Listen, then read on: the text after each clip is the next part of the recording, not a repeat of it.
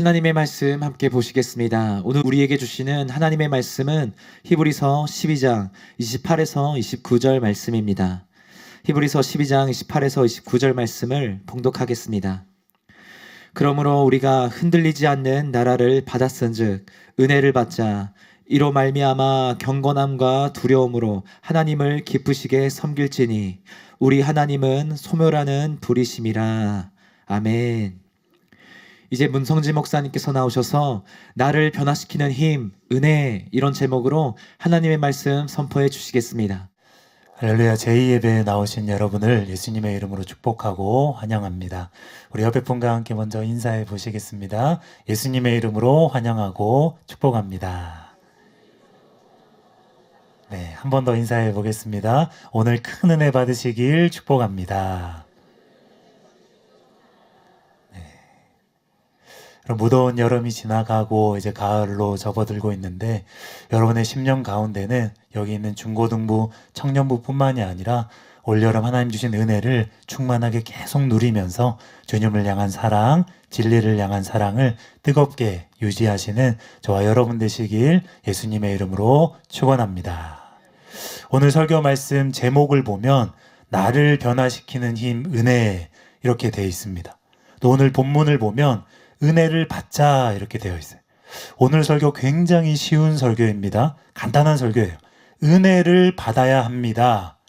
이 주제에 대해서 왜 은혜를 받아야 되는지, 은혜가 얼마나 필수적인 것인지, 또 누구나 원하면 이 은혜를 다 받을 수 있다는 것을 여러분에게 짧게 설교를 할 것이니 여러분 사모하는 마음으로 듣고 오늘 기도하는 시간에, 아니 설교 듣는 이 시간부터 여러분 한 분 한 분이 다 은혜 받으시길 예수님의 이름으로 축원합니다.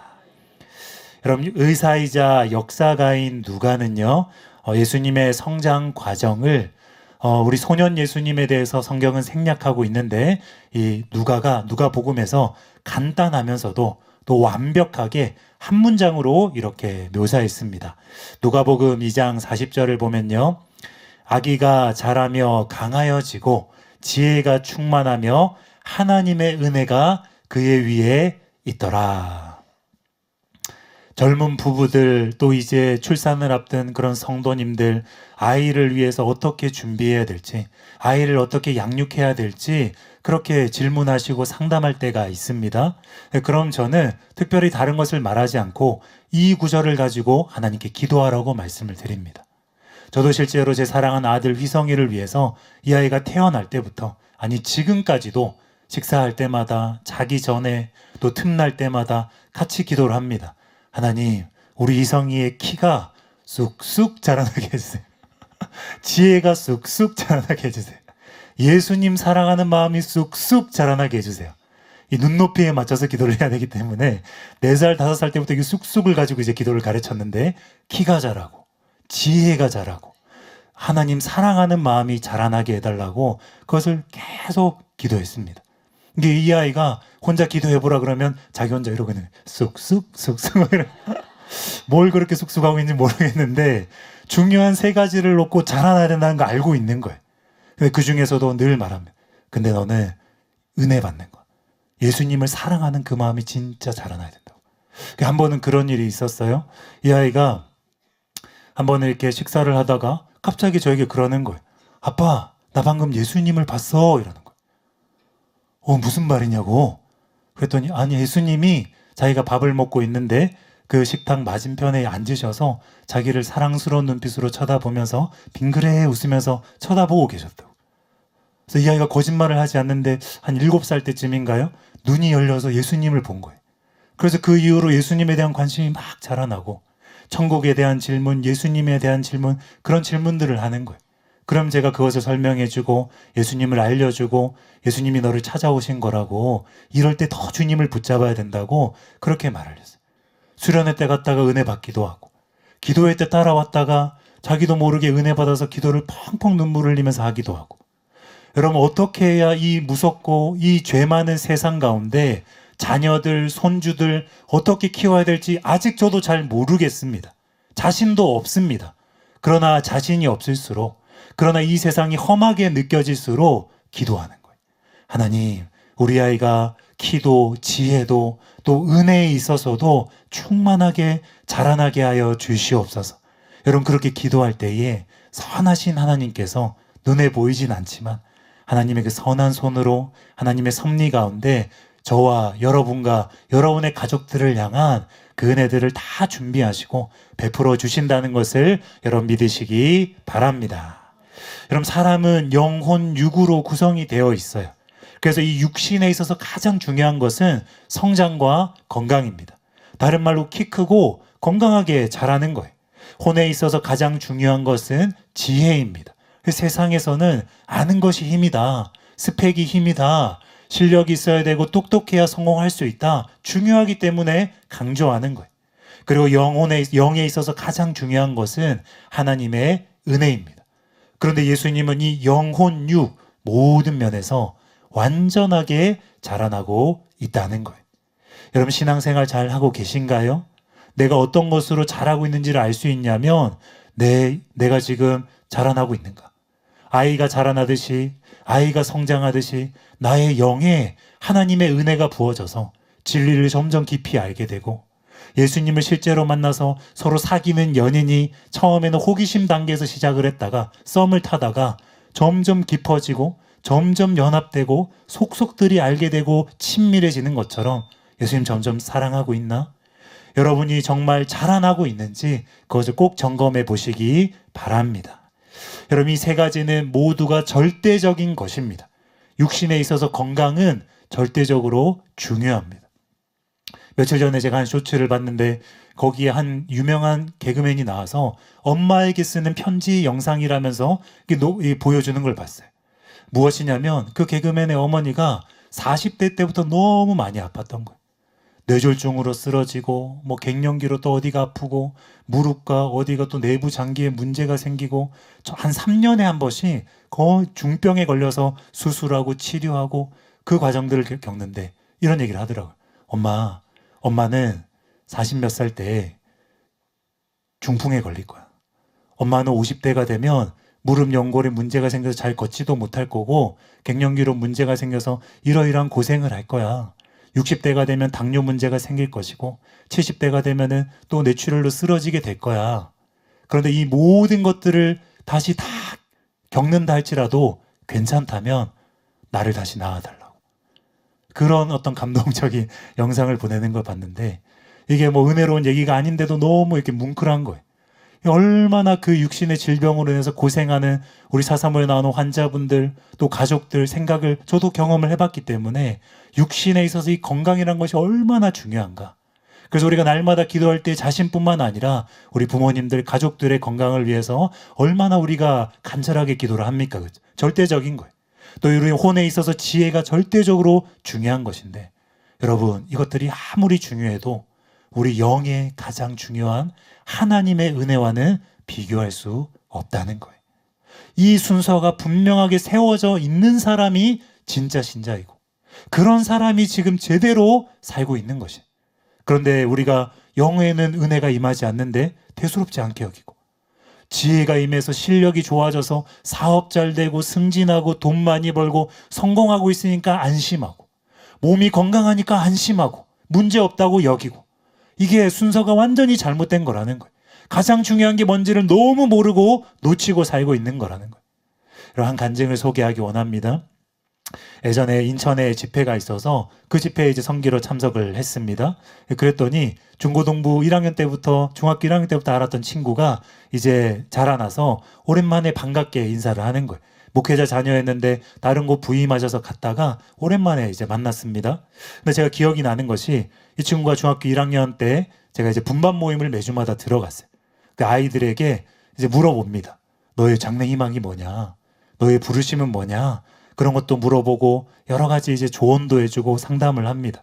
그리고 꼭 제가 또 한 가지 물어보는 게 있는데 만약에 예수님이 너의 눈앞에 나타난다면 기도 제목 딱 한 가지만 말할 수 있다면 무슨 램프의 요술 뭐 진이도 아니고 그런데 좀 실제적으로 알려주고 싶어서요. 아이들이 너무 막연하게 기도하고 너무 예수님 멀게 느끼는 것 같아서 그게 아니라 예수님 진짜 살아계시고 우리 함께 하시는데 너의 눈앞에 딱 앉으셔서 가장 중요한 거 한 가지 소원 가장 중요한 기도 제목 한 가지만 딱 말할 수 있다 그런다면 뭐 말하겠냐고. 그럼 아이들이 들은 것이 있으니까 주여 내 눈을 열어 주의 영광을 배우게 하옵소서, 전혀 속으로 원하지도 않는 그런 말을 눈치 보면서 막 하는데 이 친구는 눈치를 안 보고 솔직하게 말하는 거예요. 주여 키 크기를 원하옵나이다. 이 친구 키가 작은 거예요. 중1인데 여학생들이 일찍 자라잖아요. 근데 그 당시 키가 147인가 그랬어요. 반에서 거의 제일 작은 그런 키였어요. 기도 제목 한 가지가 있다면 자기 키가 딱 5cm만 크면 좋겠다는 거예요. 그래서 예수님이 너를 치유하셨다. 얼마든지 자라날 수 있다. 어떤 아이들에게는 이것이 배부른 소리일 수 있지만 목사님 들어보니까 너에게는 이것이 심각한 고민이고 이것이 너에게는 성장판이 치유되는 치유라고. 그래서 이걸 담대하게 믿고 기도하면 된다고. 그래서 제가 그 친구의 머리가 아니라 무릎에 손을 얹고 기도를 했어요. 여러분, 머리에 손을 얹고 기도하면 머리가 커집니다. 잘 선포하셔야 돼요. 과학적으로, 의학적으로.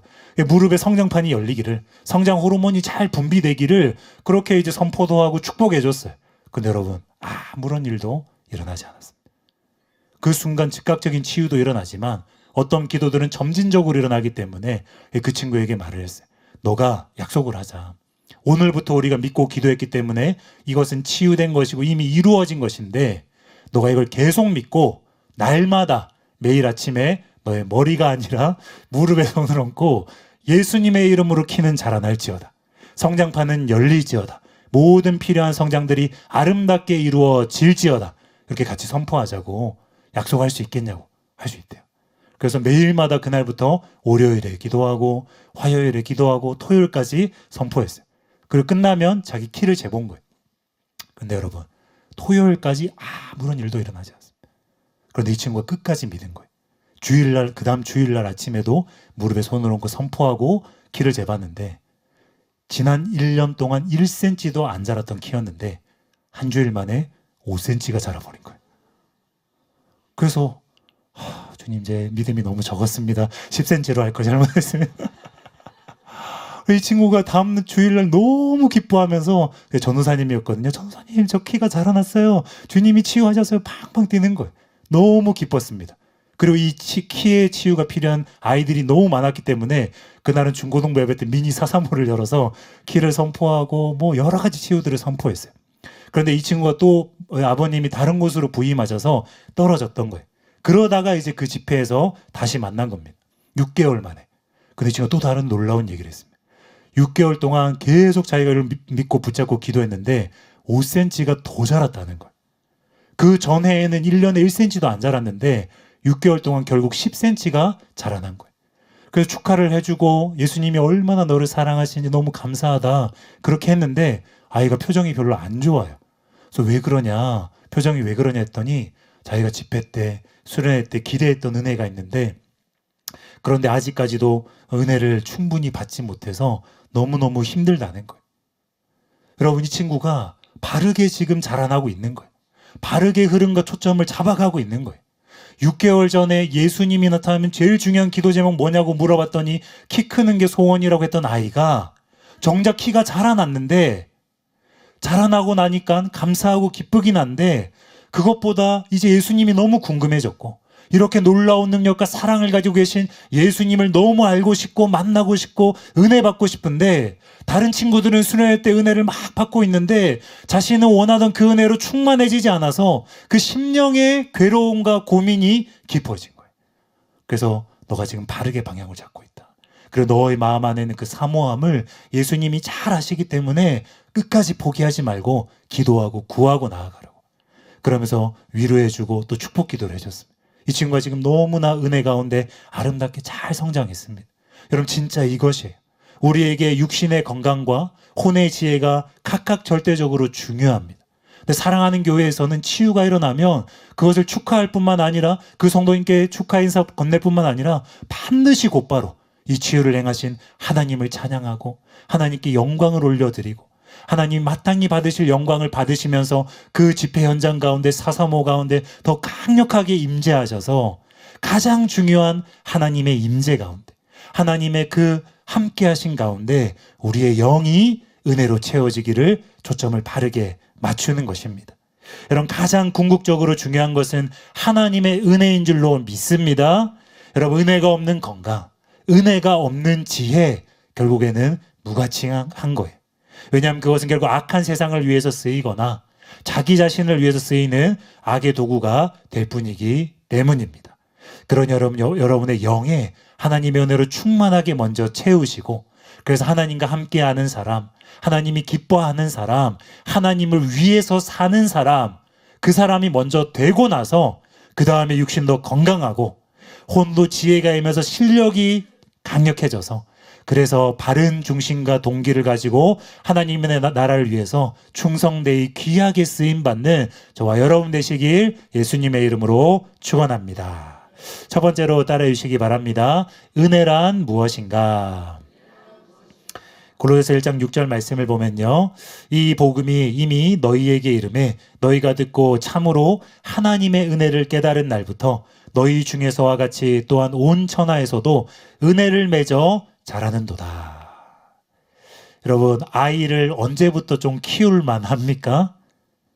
부모의 은혜를 깨달은 날부터. 요즘 이성이가 부모의 은혜를 못 깨닫고 있어서 키우기가 힘듭니다. 울고 싶은 심정이. 저절로 뭔가가 다 있는 것 같아요. 한 번은 이 아이가, 지금 안 듣고 있겠죠, 이상이가. 한 번씩 라이브로 듣고 있어서 제가 조심해야 돼요. 한 번은 이 아이가 엄마 아빠의 물건, 뭐 전자제품 이런 거를 깨뜨릴 때가, 부술 때가 있습니다. 그럼 이제 부주의하거나 크게 실수했을 때는 조심하라고 하기도 하고 뭐라고 하기도 합니다. 그럼 이 아이가 죄송하기도 하고 미안하기도 해서 막 죄송하다고 하다가 얼른 뭐라고 말하냐면, 아빠 제 용돈에서 까주세요. 제가 살게요. 제 돈에서 까주세요. 이러거든요. 눈치는 있어서 그렇게 말하는데 착각을 하고 있는 거예요. 자기 돈이 있다고 착각을 하는 거예요. 그 돈의 출처가 다 어디입니까? 네 돈이 내 돈이고 네 돈이 엄마 돈이란다. 너가 무슨 일을 해서 돈을 벌고 무슨 재산이 있냐고. 아, 그렇구나. 그제서야 아이가 깨닫고, 아, 부모님의 은혜였구나.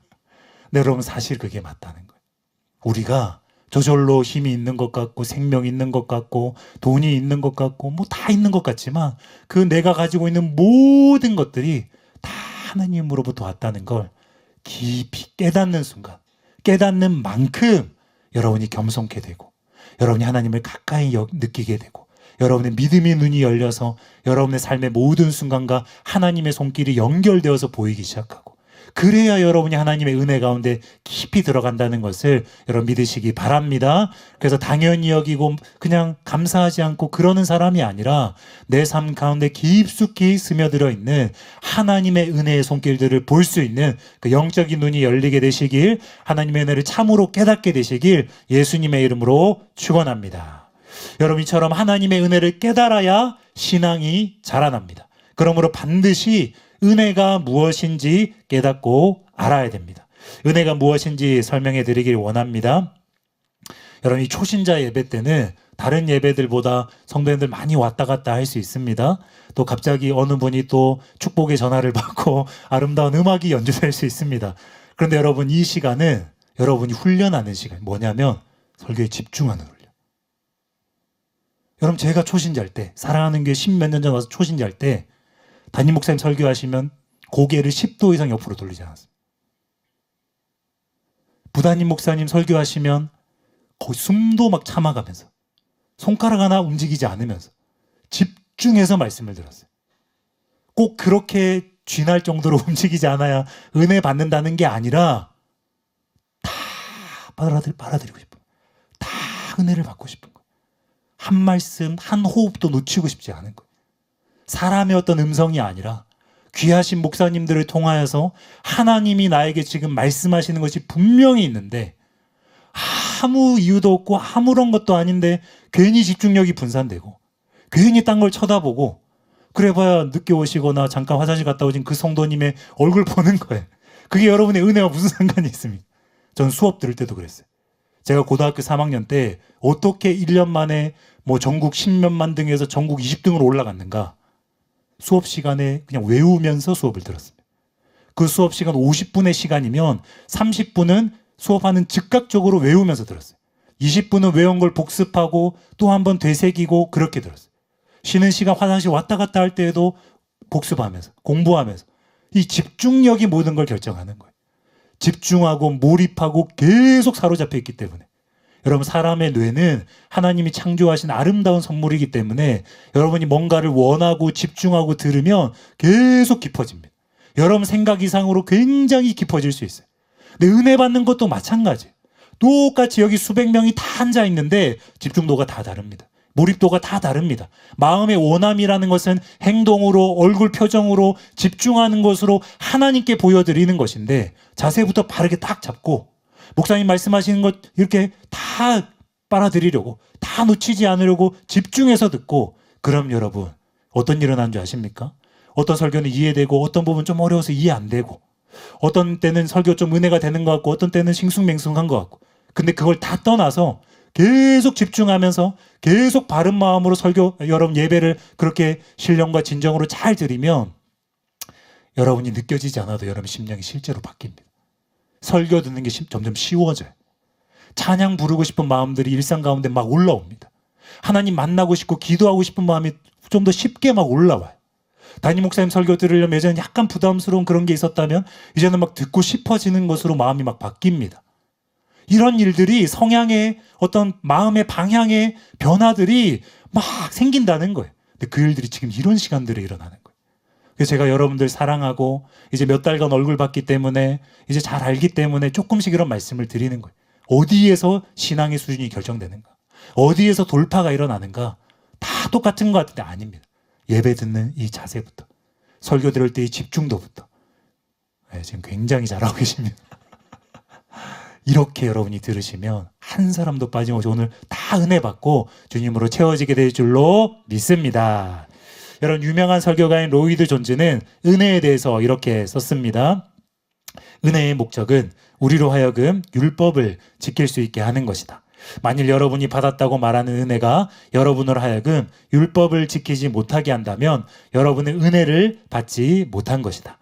은혜란 무엇인가? 은혜란 사람을 율법의 저주에서 구원하여 그로 율법을 지킬 수 있게 하며 그리스도가 의로웠던 것처럼 의롭게 될 수 있게 하는 하나님의 놀라운 선물을 말한다. 은혜는 나로 하여금 하나님을 사랑하게 한다. 이게 무슨 말이냐면, 은혜 받기 전에는 내가 약간 그 죄 끊고 싶은데, 그거 참아야 되는데, 알고는 있는데, 변화되고 싶긴 한데, 원하긴 하는데 자꾸 그 죄에 무너지는 거예요. 괴로워하면서도 인내가 부족하여서 유혹에 잘 넘어가서 원하지만 변하지 않는 상태. 계속 다람쥐 쳇바퀴 돌듯이 연약한 그 죄에 또 비슷한 그 상황이 되면 화내지 말아야 되는데 화를 내버리고, 이 칼치기 하는 거 봐줘야 되는데 또 빵빵해버렸고, 여러 가지 본인이 연약한 점들이 또 이렇게 드러나 버리는.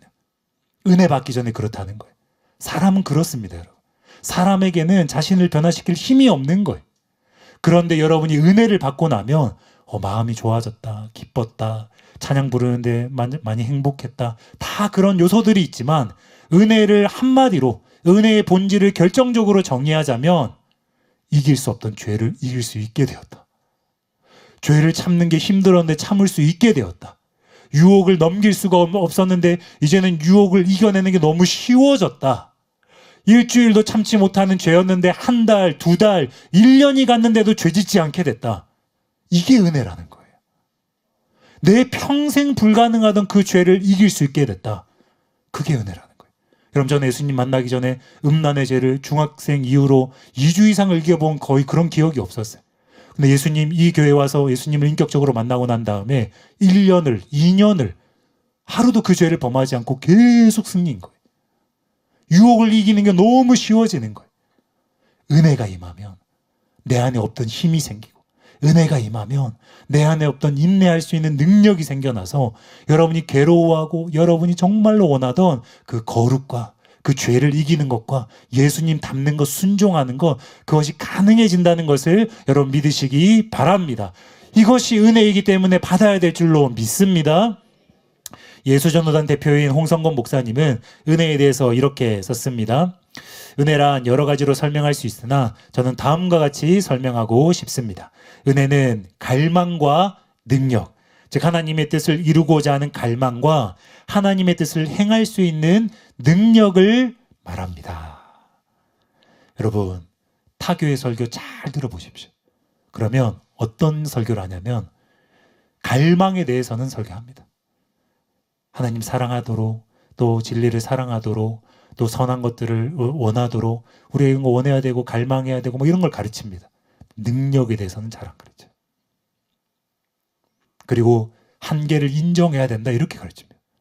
원하는데 변하기는 힘들다. 원하는데 이기기는 힘들다. 그렇지만 부끄러운 구원이라도 우리는 받을 수 있다. 원하는 이 마음을 놓치면 안 된다. 날마다 씨름하면서 힘들지만 어렵지만 많이 질 수 있지만 그러나 방향은 바르게 잡고 그렇게 힘겹게 어쨌든 포기하지 말고 살아야 된다. 이런 걸 막 가르칩니다. 실제로. 근데 사랑하는 교회는 다르거든요. 그리스도인이 온전해질 수 있다. 세상을 이길 수 있다. 죄로부터 벗어나서 완전히 자유케 될 수 있고 거룩한 하나님의 그릇이 되어서 주님의 영광과 능력이 충만하게 임해서 자기만 죄를 이기고 치유받고 거룩하게 살 뿐만 아니라 죄 가운데 힘들어하는, 질병 가운데 힘들어하는 그러한 불쌍한 영혼들을 하나님께로 인도하는 놀라운 의의 병기로 쓰임받을 수 있다. 여러분, 그렇게 가르치는 교회가 실제로 그 삶을 살고 있고 할 수 있다는 걸 보여주는 목사님들과 성도님들이 넘치는 교회가 사랑하는 교회라는 것을 여러분 믿으시기 바랍니다. 그런 여러분, 은혜는 갈망할 뿐만 아니라 원하는데 변화되지 못해서 힘듭니다. 여러분, 그게 은혜 아닙니다. 그 없는 것보다 있는 게 낫지만 원하기만 하고 변화하지 못하는 그 상태에 오래 머물러 있지 마시기 바랍니다. 나도 저 목사님처럼 되고 싶은데, 나도 저 성도님처럼 되고 싶은데 될 수 있다니까요, 여러분. 성장할 수 있습니다. 죄를 끊을 수 있습니다. 거룩해질 수 있습니다. 사랑으로 충만해질 수 있습니다. 바로 그 일을 하기 위해서 예수님께서 여러분을 사랑하셔서 지금도 성전을, 회중들을 누비시면서 한 사람 한 사람을 안아주시고 은혜를 베풀어 주시고 귀 속에 주님의 사랑의 음성을 들려주시면서 할 수 있다고 용기를 북돋아 주시고 여러분의 힘을 주시고 계시다는 것을, 그 은혜의 성령님이 지금 역사하고 계시다는 것을 믿으시기 바랍니다. 그 믿는 모든 분들에게 오늘 실제적으로 변화할 수 있는 은혜가 부어지게 되시길 예수님의 이름으로 축원합니다. 여러분, 우리 마음에 하나님의 뜻을 살고 싶다 이런 갈망이 막 올라오는, 사탄이 이런 갈망을 줄까요? 절대로 안 줍니다. 성경 읽고 싶다, 기도하고 싶다, 순종하고 싶다, 죄를 이기고 싶다, 영혼들을 구원하고 싶다, 전도하고 싶다, 이런 마음들을 불러일으키는 것은 성령님이 행하시는 것이고 그것은 좋은 일입니다.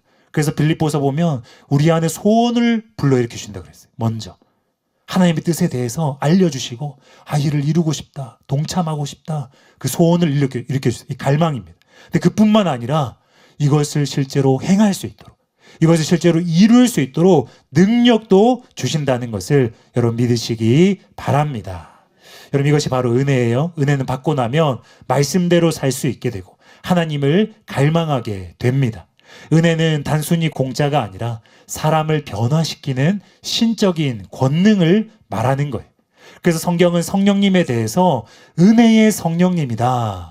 저는 항상 기도할 때에 은혜의 성령님, 은혜의 성령님, 성령님만이 은혜의 근원이시고 성령님은 가만히 계시는 분이 아니라 반드시 내 안에 선한 일을 행하시고 은혜를 베푸시는 분이시기 때문에, 그래서 감사와 찬송을 받으셔야 되고 너무나 내가 사랑하는 좋은 분이시고 너무나 능력으로 충만한 분이시다. 항상 은혜의 성령님이라고 저는 고백을 해요. 은혜는요, 우리를 용서하시는 예수님의 보혈과 관련이 있을 뿐만 아니라 우리를 거룩하게 변화시키시는 성령님의 능력과도 관계가 있다는 것을 믿으시기 바랍니다. 좋은 소식은요, 40년간 여러분 실패했어도 괜찮아요. 여러분 50년 동안, 60년 동안, 70년 동안 실패했어도 괜찮습니다. 하나님은요, 지금 여러분이 이 은혜의 성령님을 믿고 하나님, 제가 평생 실패했던 그 연약한 죄에 대해서, 평생 실패했던 그 연약한 부분에 대해서 오늘 은혜를 의지하고 내 힘으로 할 수 없다는 건 지난 40년간 다 경험해봤기 때문에, 70년간 다 경험해봤기 때문에, 그렇지만 그 죄를 또 짓고 넘어져서 괴로워하고 설교 들을 때마다 마음 찔려서 힘들어하고 변화하고 싶지만 안 돼서 괴로워하는 이 쳇바퀴에서 벗어나서 이제는 예수 그리스도의 보혈의 능력과 성령님의 은혜로 완전히 해방되어서 자유케 되는, 완전히 변화되고 거룩해 되는 그 은혜를 경험하길 원합니다. 이렇게 기도하며 믿고 붙잡을 때에 여러분 70년 실패해서도 괜찮습니다. 오늘부터 승리하게 될 줄로 믿습니다. 오늘부터 변화하게 될 줄로 믿습니다. 여러분, 이처럼 은혜는 우리의 죄를 용서해 줄 뿐만 아니라 우리를 변화시키는 것입니다. 세상의 감옥은 그 사람에게 죄값을 그냥 치르게 하는 거예요. 그리고 그 사람을 변화시키지 못합니다. 그 재범률이 높은 거예요. 감옥에서 또 다른 감옥의 죄수에게 죄를 배워서 더 큰 죄를 막 짓습니다. 근데 예수님은요, 그 보혈의 공로로 우리 죄를 용서할 뿐만 아니라 다시는 그 죄를 범하지 않도록 우리를 변화시키신다는 거예요. 이게 얼마나 감사하고 복된 소식입니까? 우리가 이것을 이해하게 되면 이 다음 성경 구절을 이해할 수 있게 됩니다. 고린도전서 15장 10절입니다. 우리 함께 읽어보겠습니다. 시작. 그러나 내가 나된 것은 하나님의 은혜로 된 것이니.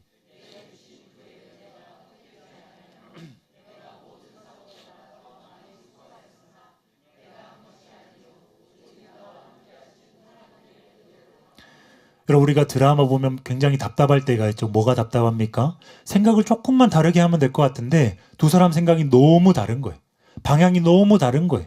극단적으로 사건이 일어날 때마다 안 좋은 선택을 하게 되고 둘이 앙숙이 되게 되고 나중에 원수가 되게 되고 불구대천의 그런 정말 철천지 원수가 되어가지고 그렇게 이 관계가 풀리지 않는 거 볼 때마다 너무 답답해요. 근데 확실한 것은 사람들은 절대로 그 마음을 안 바꾼다는 거예요. 그런데 여러분, 바울의 이 고백을 보세요. 교회의 철천지 원수였던 바울이, 예수님의 철천지 원수였던 바울이 나의 나된 것은 이러면서 그 누구보다 하나님을 위해서 올인하며 목숨 헌신하며 주님을 사랑하는 사람으로 완전히 변해버렸다. 세상에 이런 극단적인 변화가 있습니까? 세상에 이런 놀라운 변화가 있습니까? 사울이 바울이 됐다면 내가 예수님 더 사랑하는 사람으로 변화되는 것, 내가 이전보다 더 거룩한 사람으로 변화되는 것, 얼마든지 가능하다는 거예요. 여러분, 이 말씀에 분명히 드러나는 것은요, 바울이 말하고 있는 은혜라는 것은 사람을 변화시키는 힘이라는 거예요. 사울을 바울로 만들어버린 힘이라는 거예요. 여러분, 그런데 교회는요, 이 은혜의 능력을 강조하지 않습니다. 죄 용서만 강조하고 있어요. 그래서 이 은혜에 대해서 그냥 절반만을 가르치고 있는 거예요. 이거는 공짜로 우리에게 거저 주어지는 것이고 믿고 입술로 고백하면 죄 용서 받는 것이고 그 순간부터 그냥 우리가 구원의 확신을 가지면 구원받은 것이라고. 그렇게 하면서 반쪽은 또 안 가르쳐요.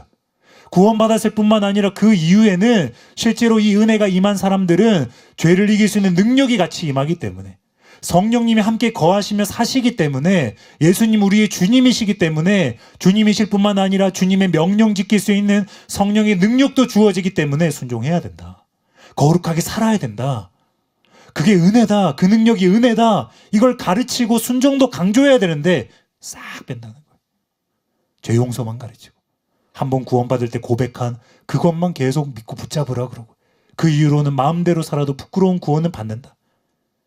여러분, 그거 아닙니다. 은혜가 무엇인지 가장 잘 보여주는 구절 중에 하나가 새 언약에 대한 구절인데요. 저와 여러분이 지금 누리고 있는 이 새 언약에 대해서 히브리서 8장 10절 12절에서 이렇게 말했습니다.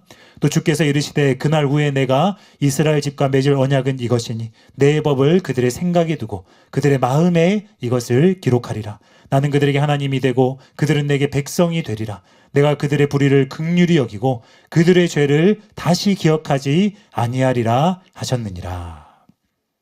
이 말씀에 보면 새 언약은요, 내가 그들의 불의를 긍휼히 여기고 그들의 죄를 다시 기억지 아니하리라.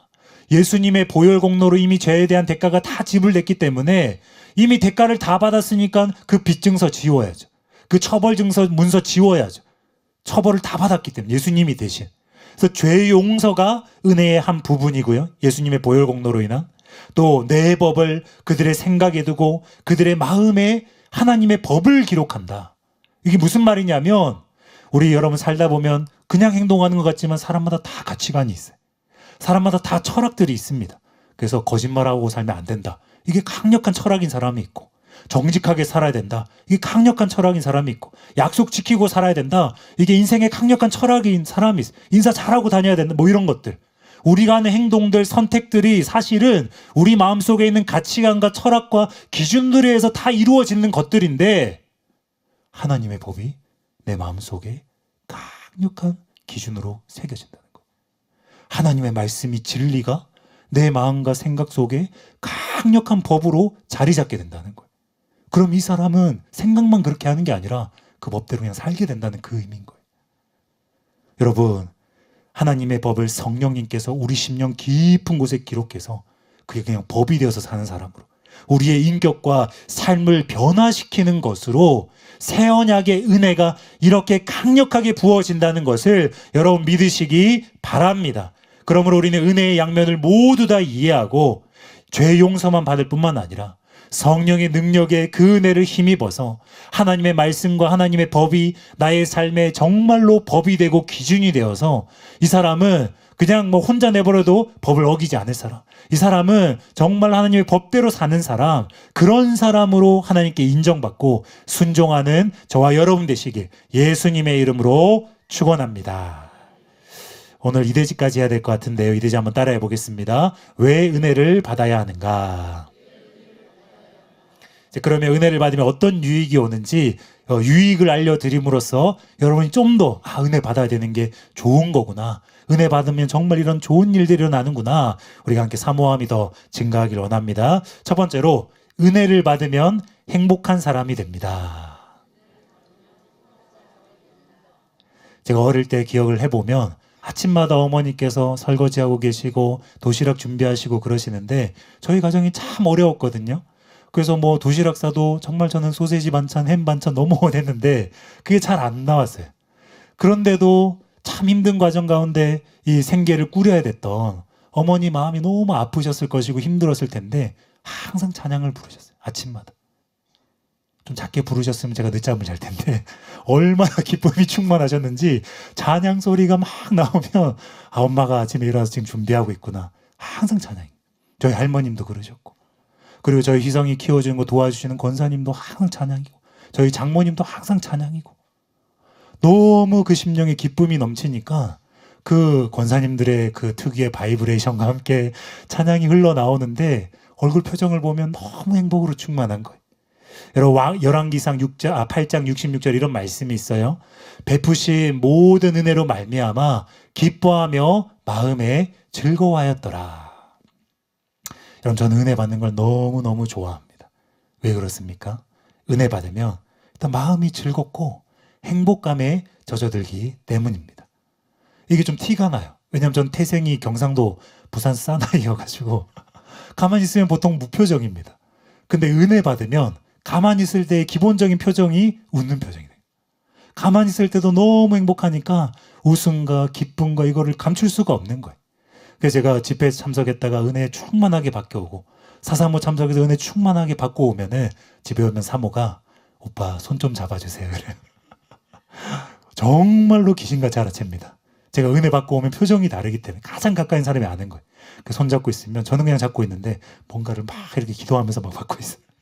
임파테이션을 받고 싶다는 거예요. 받은 은혜 나눠받고 싶다는 거예요. 너무 표정에 티가 나요. 여러분, 이 얼굴은 정말로 그 은혜의 표상입니다. 저도 가족들 볼 때 어떤 분들은 얼굴만 봐도 은혜가 넘쳐서 그거 보는 것만으로도 막 도전이 되고 은혜가 되는 그런 사람들이 있어요. 은혜는 사람을 행복하게 하고 그 기쁨이 얼굴에 드러날 정도로 크다는 거예요.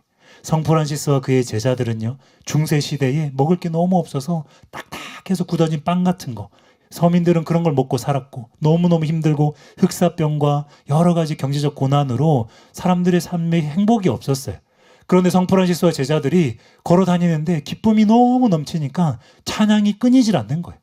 큰 소리로 찬양하면서 햇빛을 비춰주신 하나님을 찬양하고, 나무와 시냇가와 내가 오늘 보는 모든 것들 만물 가운데 하나님의 은혜가 깃들어 있는데 그 눈이 열려서 찬양하면서 감사하면서 다니니까 사람들이 자꾸 물어보는 거예요. 도대체 무슨 좋은 일이 있어서 그렇게 노래를 부르냐고. 근데 보니까 누더기 옷을 입고 있어요. 근데 보니까 지금 당장 먹을 빵 한 부스러기도 없는 거예요. 그런데도 그렇게 기뻐하는 거예요. 사람들한테 동냥을 했더니 곰팡이가 쓸어있는 먹지도 못하는 그런 빵을 주는데 그걸 받고 감사하고 엎드려서 하나님을 예배하고 찬양하고 그 모습 보고 은혜를 받고 사람들이 깨져서 이렇게 수도원으로 들어오는 막 그런 일들이 일어나는 거예요. 여러분, 여러분의 얼굴을 보고 사람들이 은혜를 느낄 수 있을 정도로 기쁨과 행복감 가운데 들어가게 되시길 예수님의 이름으로 축원합니다. 갑자기 표정 관리하고 막 웃으시네요. 여기저기서. 두 번째로 따라해 주시기 바랍니다. 은혜를 받으면 거룩해집니다. 디도서 2장 11, 12절 보면요. 모든 사람에게 구원을 주시는 하나님의 은혜가 나타나 우리를 양육하시되 경건하지 않은 것과 이 세상 정욕을 다 버리고 신중함과 의로움과 경건함으로 이 세상에 살고. 보십시오. 구원을 주시는 하나님의 은혜라 그랬어요. 그러니까 이거는 구원받은 신자라면 다 받았던 그 은혜를 말하는 것인데, 초신자들도 다 누렸던 그 은혜를 말하는 것인데, 그 동일한 은혜가 우리를 양육한다 그랬어요. 영에 있어서 은혜가 자라나게 하는 거라 그랬잖아요. 은혜가 있어야만 영이 자라나는데, 양육하는데, 우리가 영적으로 자라나면 일어나는 일들이 뭔가? 세상 것들을 점점 버리게 되는 거예요. 경건하지 않은 것들을 점점 버리게 되는 거예요. 정욕을 다 버리게 되는 거예요. 그리고 신중함과 의로움과 경건함으로 이 세상을 실제로 살 수 있도록 변화시켜 주는 거예요. 여러분, 이처럼 은혜는 사람을 거룩하게 만듭니다. 거룩한 자가 되고 싶다고 노력만 한다고 되는 게 아니에요. 참고 막 규칙들을 만들고 막 이렇게 훈련들을 하고 다 필요한 것이지만, 그런 데서 진짜 힘이 나오는 게 아니에요. 진짜 힘과 에너지는 어디서 나오는가? 은혜를 받는 것으로부터 나온다는 것을 여러분 믿으시기 바랍니다. 예배 때 또 이런 집회 장소에서 하나님께 은혜를 사모하고 실제로 은혜를 받아야 되는 거예요. 그러면 여러분이 더 쉽게 변화될 수 있고 여러분이 거룩해질 수 있다는 것을 여러분 믿으시기 바랍니다. 비교하자면 이런 거예요. 은혜라는 것은 더 좋은 음식을 먹는 것과 같아요. 여러분, 예를 들어서 여러분 여행 갔어요. 여행 가면은 열심히 검색을 하죠. 맛집이 어디 있고 어떤 식당이 더 낫고 구글 평점 같은 거 찾아보고, 그래서 이 한 끼, 소중한 한 끼를 어떻게 해서든지 만족감 높게 먹으려고. 여러분 왜 다 그렇게 시침이 뚝 떼고 계세요? 저만 그러는 거 아니죠? 열심히 찾아가지고 동선을 짜고 막 맛집들을 검색을 해서 먹습니다. 근데 사실 서울에서 우리 살 때는 그렇게까지 안 그러잖아요. 근데 여행만 가면 그렇게 한다는 거예요. 그런데 생각해 보십시오. 이 음식점보다 이 음식점이 더 맛이 없어요. 여기가 양도 더 적어요. 심지어 여기는 음식물 재료 관리도 안 되고 뭐 안 좋은 그런 중국산 재료 쓰고 막 그렇게 합니다. 그럼 바보가 아닌 이상 재료 좋고 맛있고 만족감 높은 이 밥을 먹지 누가 이런 썩은 음식을 먹겠습니까? 누가 이런 불량 음식을 먹겠습니까? 근데 여러분, 은혜를 경험하고 나면 세상 것들이 그렇게 느껴지게 된다는 거예요. 산의 진미를 먹고 나면 이전에 내가 먹었던 그 수준 낮은 음식들이 얼마나 그 질이 안 좋은 것이었는지 그냥 입맛으로 즉각 알게 되는 것처럼, 맛을 본 사람들은 즉각 알게 되는 것처럼 은혜가 그런 것이라는 거예요. 여러분, 사도 바울의 고백 보고 이해가 안 될 때 있잖아요. 세상 것들, 이전의 것들, 그가 좋은 학벌과 지식과 여러 가지 좋은 것들을 다 배설물이라 그러거든요. 성경이 고상한 단어로 써서 그렇지 그게 똥이라는 의미거든요. 그렇게 느껴질 정도의 차원이 다른, 질이 다른, 너무나 아름답고 영광스럽고 보배롭고 정말로 진귀한 그런 영적인 산의 진미가 은혜라는 것을 여러분 믿으시기 바랍니다. 그래서 이 은혜가 가장 중독성이 강해요. 마약보다, 담배, 술보다 얼마나 중독성이 강한지 이 은혜를 받으면 영광스러운 예수님을 만날 수 있어요. 그분과 달콤하고도 아름다운 데이트를 할 수 있어요. 살아계신 하나님, 만왕의 왕이신 하나님의 음성을 들을 수 있는 특권이 막 주어져요. 그 하나님이 나를 안아주시고 그 하나님이 나를 쓰다듬어 주시고 그 하나님의 아름다운 성품을 먹고 마실 수 있는 그런 놀라운 경험을 할 수 있는데, 그거 하고 나면 여러분 보세요. 연예인이나 뭐 또 훌륭한 사람이나 위대한 인물들 잠깐 기회가 돼서 평생에 한두 번 정도 잠깐 그 사람 만나고 나면 여운이 막 몇 주를 갑니다. 와, 어떻게 사람이 저렇게 예쁠 수 있지? 어떻게 사람이 저렇게 훌륭할 수 있지? 정말 감명각 받고 생각이 자꾸 나고 막 그 사람을 향한 흠모와 존경심이 막 그렇잖아요. 근데 하나님이세요. 예수님이세요. 근데 은혜라는 것은 결국 예수님을 만나는 것이고 실제적으로 경험하는 것을 의미하는데, 이게 얼마나 우리를 행복하게 하고 영광스럽게 하고 중독이 되게 만드는지 여러분 한 번만 제대로 은혜를 받아보시기 바랍니다. 그래서 여러분이 거룩해지고 주님으로 충만해지게 되시길 예수님의 이름으로 축원합니다. 세 번째로 따라해 보시기 바랍니다. 은혜를 받으면 믿음이 자랍니다. 베드로후서 3장 18절을 보면요. 예수 그리스도의 은혜와 그를 아는 지식에서 자라가라. 영광이 이제와 영원한 날까지 그에게 있을지어다. 전 예전에 예언 사역을 열심히 했습니다. 예언의 은사에 대해서 받았기 때문에. 근데 어느 날부터 사랑하는 교회에서 치유 사역이 막 일어나기 시작했어요. 치유 부흥들이 막 일어나기 시작했습니다. 언젠가 나도 저 사역을 해야 될 것 같은데 너무 무서운 거예요. 이제 20년이 지나서 말씀드릴 수 있습니다만 무서웠어요. 뭐가 무섭나요? 치유 선포를 했는데 치유가 안 되는 그 상황이 너무 무서운 거예요.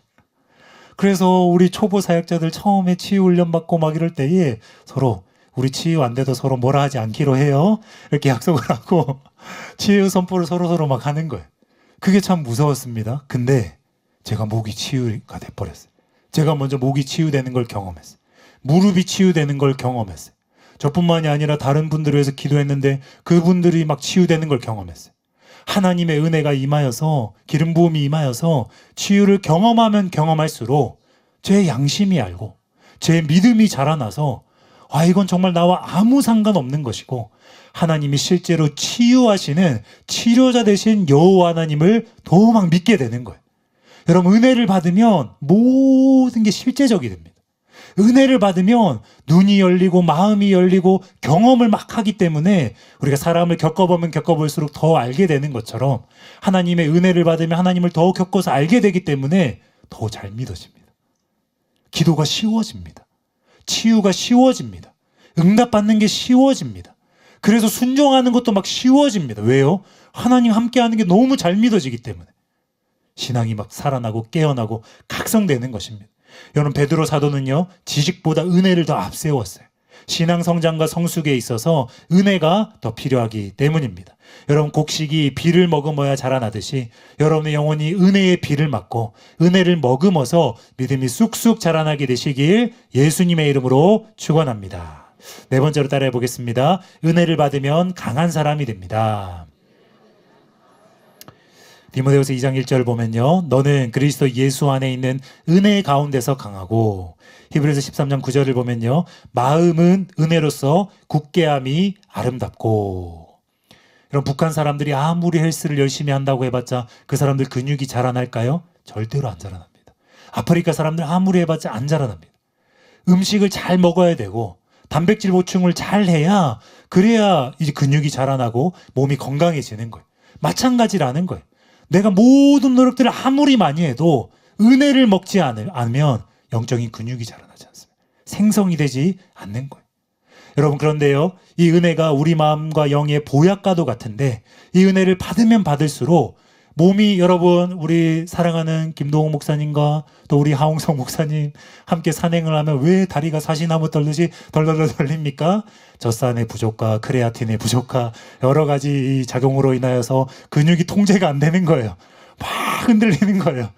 막 다리를 때리는데도 어쩔 수가 없는 거예요. 근육이 없으면 흔들립니다. 쉽게 요동합니다. 근데 여러분 보세요. 멘탈이 강한 사람은 큰 일이 생겨도 잘 안 흔들려요. 담담합니다. 잘 참습니다. 그리고 담대히 그 상황을 맞이합니다. 멘탈이 약한 사람은요. 조금만 무슨 일이 있어도 어떡하냐고 하고 사방팔방 뛰어다니고 마음이 흔들리고 힘들어하고 몸도 마음도 다 똑같다는 거예요. 영도 똑같다는 거예요. 누가 시험에 잘 듭니까? 누가 영적으로 잘 삐집니까? 누가 잘 마음이 흔들리고 얼마나 잘 넘어집니까? 은혜가 충만하지 않은 사람. 은혜를 받지 못한 사람. 여러분 조심하십시오. 목사님들 대하는 거 조심하십시오.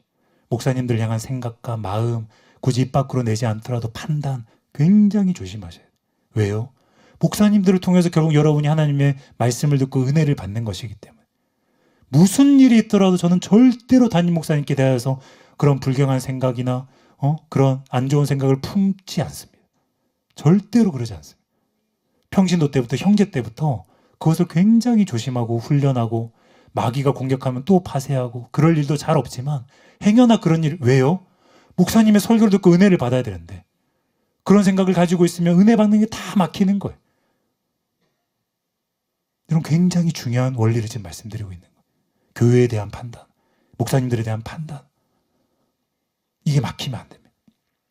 은혜를 못 받으면 시험 받기 쉬워요. 은혜를 못 받으면 작은 일에도 여러분이 흔들리고 힘들어집니다. 여러분, 쉽사리 시험에 들지 않으려면요, 실족하여 넘어지지 않으려면요, 반석 같은 믿음을 원한다면 은혜를 사모하고 은혜를 받으시기 바랍니다. 그렇게 하여서 여러분의 심령이 강하여지는 저와 여러분 되시길 예수님의 이름으로 축원합니다. 이제 거의 다 왔는데요, 5번째로 따라해 보겠습니다. 은혜를 받으면 유익한 사람이 됩니다. 사도행전 18장 27절을 보면요, 그가 감에 은혜로 말미암아 믿은 자들에게 많은 유익을 주니. 여러분, 우리 신학생들도 그렇고 청년들도 그렇고 물어보면 아프리카 선교에 대한 마음이 막 많다고, 저도 가고 싶은데 어떻게 하면 갈 수 있습니까? 막 이렇게 물어보는 사람들이 있어요. 제가 대답을 합니다. 아마 형제님은 가지 못할 것입니다. 왜 그렇습니까? 재정을 효율적으로 써야 되고 귀한 성도님들의 헌금이기 때문에 우리는 허투루 쓰지 않습니다.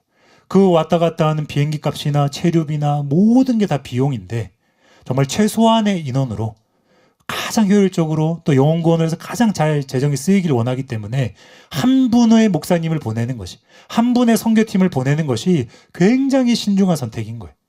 그런데 그분에게 하나님의 충만한 은혜가 임해 있다. 반드시 보냅니다. 반드시 파송합니다. 제가 예전에 그런 적이 있었어요. 진성원 부단임 목사님께서 당시에 이제 외부 집회 나가실 때가 있었어요. 경기도에 있는 통합교단인가요? 합동교단에 어떤 교회 초청을 받아서 치유 집회도 하고 예언 집회도 하고 막 그런 집회를 하러 가셨어요. 당시에 제가 청년부를 섬기고 있었거든요. 그래서 제가 따라가야 되나 말아야 되나 막 고민이 됐어요. 왜냐하면 목사님께서 먼저 따라오라고 말씀 안 주셨기 때문에 고민을 하다가 어떻게 해야 될까요? 각성영 목사님, 제가 가야 될까요? 말아야 될까요? 이렇게 물어보더라고요. 형제님, 기도인도 할 수 있어요? 아니요. 형제님, 치유사역 할 수 있어요? 아니요. 형제님, 설교할 수 있어요? 아니요. 가서 뭘 할 수 있냐고. 허드렛 일은 할 수 있다고. 목사님께서 중보기도 할 수 있다고. 그때 제가 알았어요. 내가 할 수 있는 게 너무나 없구나. 여러분, 은혜를 받아야 뭔가를 나눠줄 수 있습니다. 여러분이 하나님으로부터 뭔가를 받아야 유익을 끼칠 수 있어요. 우리 가족들 구원하기 위해서 막 마음 졸이고 애쓰시고 계시죠. 너무너무 마음 괴롭고 힘드시죠. 그런다고 뭐가 되는 게 아닙니다. 여러분이 은혜를 받아야 돼요. 여러분이 능력을 받아야 돼요. 여러분이 하나님과 가까워져야 돼요. 은혜로 충만해지면 충만해질수록 유익한 사람이 되고, 하나님의 것을 나누어 줄 수 있는 사람이 되고, 하나님의 모습을 보여줄 수 있는 사람이 되고, 그런 사람들만이 영혼들을 유익해 하는, 영혼들의 구원의 통로가 될 수 있는 하나님이 쓰시는 사람이라는 것을 여러분 믿으시기 바랍니다.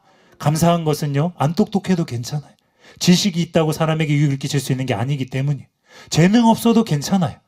열심만 있다고 유익을 끼칠 수 있는 것도 아닙니다. 우리가 진짜 다른 사람에게 도움이 되려면 우리의 영혼 가운데 은혜가 있어야 된다는 것을 믿으시기 바랍니다. 아무것도 아닌 무식한 어부였고 아무것도 아닌 열등한 사람들이었던 예수님의 제자들이었지만, 그들에게 오순절 성령이 다락방에서 충만하게 임하여서 은혜가 충만한 사람이 되니까 어느 누구를 만나도 살려줄 수 있는 사람, 치유할 수 있는 사람, 구원의 통로로 쓰임받을 수 있는 놀라운 유익한 존재들이 됐다는 것을 믿으시기 바랍니다. 이 자리에 자존감 낮은 분들 계실 것입니다. 나는 쓸모없어. 나는 도움이 안 돼. 나는 뭔가 결정적일 때 늘 나는 도움이 안 되고 자신 없고 실패한 인생들을 살았어. 괜찮아요. 당연한 겁니다. 다 부족하고 부족한 그런 사람들이 모였는데, 그런데 여러분이 나에게는 은혜가 없어, 이 고백은 절대로 하면 안 되는 거예요. 나는 은혜가 없어서 유익한 사람이 아니야, 이 고백은 절대로 하면 안 되는 거예요. 부족하고 아무것도 없는 사람이지만 난 하나님을 사랑해. 나는 진리를 사랑해. 나는 은혜를 사모할 뿐만 아니라 은혜로 충만해져 있는 놀라운 하나님의 은혜를 경험하고 있어. 그래서 나는 아무것도 아니지만, 나는 아무것도 없지만 모든 자들에게 알려줬고 모든 것을 할 수 있는 바울의 고백을 할 수 있는 저와 여러분 되시길 예수님의 이름으로 축원합니다. 스데반은 집사였지만 은혜가 충만했던 까닭에 목사를 능가하고 사도들과 방불한 사역을 했다는 것을 기억하시기 바랍니다. 그러므로 평신도인 여러분들 속에서도 은혜가 충만하여서 영혼들을 유익해 하는 저와 여러분 되시길 예수님의 이름으로 축원합니다. 마지막 6번째로 따라해 보겠습니다. 은혜를 받으면 인정받는 사람이 됩니다. 갈라디아서 2장 9절을 보면요. 또 기둥같이 여기는 야고보와 게바와 요한도 내게 주신 은혜를 알므로 나와 바나바에게 친교의 약수를 하였으니 우리는 이방인에게로 그들은 할례자에게로 가게 하려 함이라. 저는 누굽니다. 저는 이런 걸 할 수 있습니다. 저의 스펙은 이겁니다. 그 당시에 이 지도자들, 지혜자들은 다 추천서를 받아왔어요. 유력한 자들에게. 근데 그런 거 필요 없다는 거예요. 함께 있어 봤더니 하나님이 함께 하시네요. 하나님의 은혜가 임해서 놀라운 능력들이 그들의 사역 가운데 막 역사하는 걸 본 거예요. 내게 임한 하나님의 은혜를 그들이 봤다 그랬어요. 이렇게 보여줄 수 있는 사람이 돼야 돼요. 여러분, 우리는요, 세상 살면서 막 인정받고 싶어요. 베드로, 야고보, 요한이 교회의 핍박자였던 바울을 인정한 이유가 무엇이었습니까? 학벌 때문 아니에요. 가문 때문 아닙니다. 시민권 때문도 아닙니다. 그가 받은 은혜 때문이었다는 거예요. 아이들부터요, 사람은요, 얼마나 인정받고 싶어 하는지 몰라요. 이 소년들의 심리를 잘 분석한 그런 아들 박사 같은 그런 어떤 한 유튜버가 있어요. 그분의 이제 영상을 잠깐 제가 봤는데 엄마들을 가르치는 영상이에요. 그 엄마들은 너 지금 이 숙제 안 하면 어떻게 되는 줄 알아? 저 바보 같은 저런 사람들처럼 되니까 지금 빨리 이 숙제를 해야 돼. 뭐 그런 식으로 계속 겁을 주면서 위협을 하면서 계속 아이들에게 숙제와 뭐 해야 될 일을 강요한다는 거예요. 그런데 이 아들은 천하태평한 거예요. 그거 안 해도 아무런 자기는 문제가 없는 거예요. 너 이 준비물 안 챙기면 어떻게 되는 줄 알아? 너 이거 없으면 수업도 못 듣고 난리가 난다고. 아무리 말해봤자 전혀 그것이 두렵지 않은 거예요. 왜요? 저거 깜빡했어요. 까먹었어요. 이러고 얼마든지 아들들은 버틸 수 있는 넉살이 있다는 거예요. 그런 것이 그들을 움직이는 동기가 전혀 아니라는 거예요. 두려워하지 않기 때문에. 근데 아들을 움직이려면 어떻게 해야 되는가? 아들이 숙제 잘하도록 하려면 어떻게 해야 되는가? 어려운 문제를 딱 갖다 놓고 너 혹시 이 문제 1분 안에 풀 수 있어? 못하지? 이렇게 말하고 가면 된다는 거예요. 그럼 이 아들은 이제부터 이 세상에서 가장 중요한 일이 1분 만에 자기의 능력을 총동원해서 이 문제를 풀어서 엄마에게 인정받는 거. 이 인정 욕구. 이 과제를 완수하고 뭔가 태스크를 완수해서 레벨업하고 막 싸움에서 승리하는 이 욕구가 굉장히 아이들에게는 강하다는 거. 실제로 그렇습니다. 저도 그래요. 저도 사모가 이거 해주세요 저거 해주세요 이러면 바쁠 때는 잘 못할 때가 많아요. 근데 사모가 당신 오늘 바쁘겠지만 몇 시까지 빨래와 뭐 이것저것 해주면 너무너무 고마울 것 같아요. 시간을 못 박아두면 그 시간이 다가오면 다가올수록 제 가슴이 막 두근두근 거립니다. 분명히 듣기는 했는데 해야 될 것 같긴 한데 인정받고 싶어하고 사람들은 이렇게 어릴 때부터 이런 것들이 다 있다는 거예요. 근데 여러분 진짜 인정을 받으려면요 은혜가 임해야 돼요. 은혜가 임하면 하나님이 여러분을 인정해 줍니다.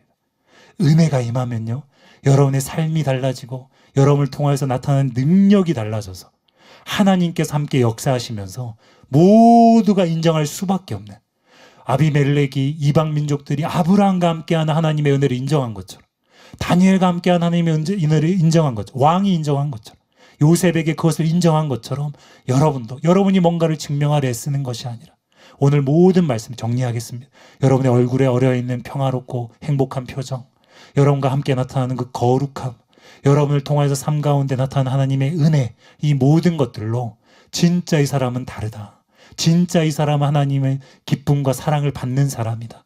이렇게 악이 많고 슬픔이 많고 고생과 고난이 많은 이 세상 가운데 정말로 천국의 삶을 살고 있는 기쁨과 행복과 영광의 삶을 살고 있는 그 모습으로서 영혼들에게 도전이 되고 전도를 하는 저와 여러분 되시길 예수님의 이름으로 축원합니다. 그러므로 이 중요한 은혜를 이 시간 사모함으로 기도하며 나아갈 때에 저와 여러분에게 쏟아부어지는 그 은혜를 받게 되시길 예수님의 이름으로 축원합니다. 이 시간 들은 말씀 붙잡고 기도로 주님께 나아가겠습니다.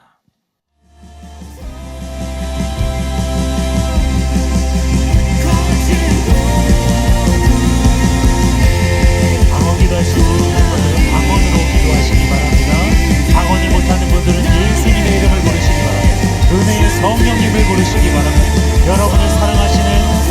아버지를 부르시기 바랍니다. 하나님 아버지, 이 시간 나를 불쌍히 여기시고 은혜를 베풀어 주시옵소서. 다윗의 자손 예수여, 나를 불쌍히 여겨 주시옵소서.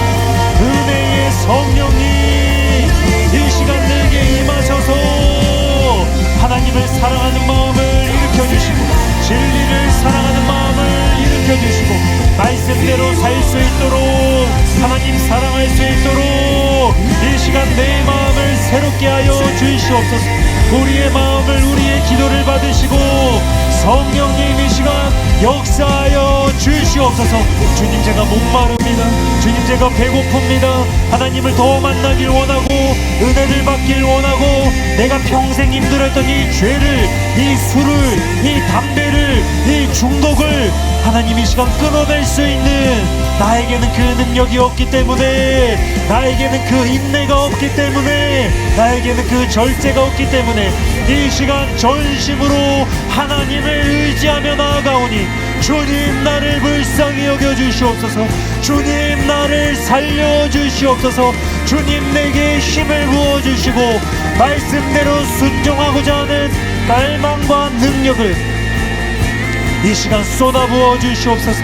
이 시간 쏟아부어 주시옵소서. 기도하며 나아갈 때에 사모하는 심령, 목마른 심령을 주님께서 채워 주실 것입니다. 여러분, 더 원하시기 바랍니다. 더 바라시기 바랍니다. 믿고 구하는 것입니다. 믿고 구하는 것을 예수님께서 주신다고 말씀하셨어요. 은혜를 구하는 것은 하나님이 기뻐하시는 기도입니다. 하나님 사랑할 수 있도록, 말씀 순종할 수 있도록 변화되기 위하여서 하나님의 능력을 구하는 기도는 하나님의 뜻에 합당한 기도입니다. 더 구하시기 바랍니다. 더 원하시기 바랍니다.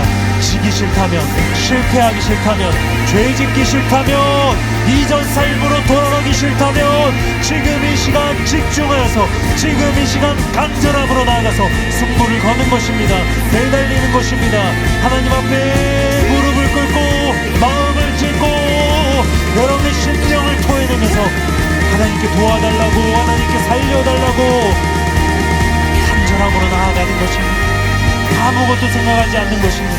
내가 먼저 살아야 되는 것, 내가 먼저 은혜로 충만해져야 되는 것입니다. 그래야 우리 가족을 살릴 수 있습니다. 그래야 영혼들을 사랑할 수 있습니다.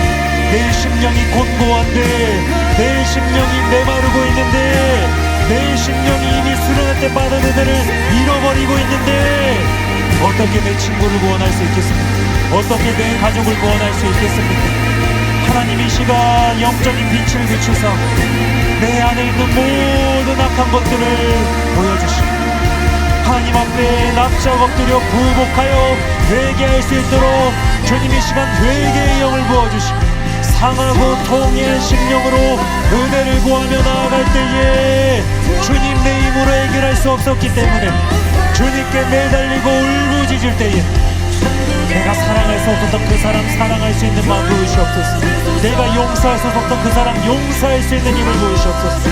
내가 이겨낼 수 없었던 그 죄를 이겨낼 수 있는 하늘로부터 부어지는 하나님의 능력이 은혜와 같이 담비와 같이 이 시간 메마른 심령 가운데 쏟아 부어지게 하여 주시옵소서. 더 원합니다. 더 원합니다. 우리 1분간만 더 기도하기 원합니다. 믿음으로 취하시기 바랍니다. 믿음으로 원하시기 바랍니다. 내 힘으로 할 수 없다면 그러나 변화되고 싶기 때문에 오늘 말씀 붙잡고 진리의 말씀 붙잡고 우리를 구원하신 하나님의 은혜가 나타나서 우리를 양육하시사 모든 이 세상 정욕을 다 버리게 하시고 죄를 끊어내게 하시고 경건함과 의로움과 신중함으로 이 약한 세상 가운데 승리의 삶을 살 수 있게 하신다고 하셨사오니 주님 나도 그렇게 변화되게 하시옵소서. 주님 나도 그렇게 살게 하여 주시옵소서. 우리 성도님들에게 그 은혜를 쏟아부어 주시는 선하신 주님을 찬양합니다. 이번 한 주간 동안도 들은 말씀 붙잡고 주님을 더 찾게 하시고 말씀을 더 읽게 하시고 더 기도 가운데 나아가게 하시고 삶 가운데 거룩과 순종과 사랑으로 예수님 닮은 삶을 살 수 있는 그 놀라운 능력의 은혜를 주님 이 시간 한 주 동안 충만하게 부어 주시옵소서.